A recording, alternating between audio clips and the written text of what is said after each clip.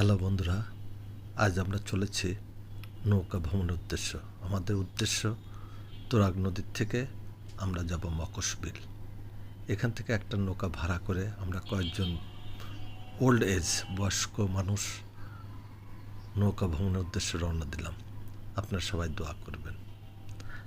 আমরা সবাই 40-এর উপরে বয়স। উদ্দেশ্য শুধু জাস্ট নৌকা ভ্রমণ এবং বেড়ানো। নদীর কিনারে কি আছে না আছে দেখব, বেড়াবো, আবার চলে আসব।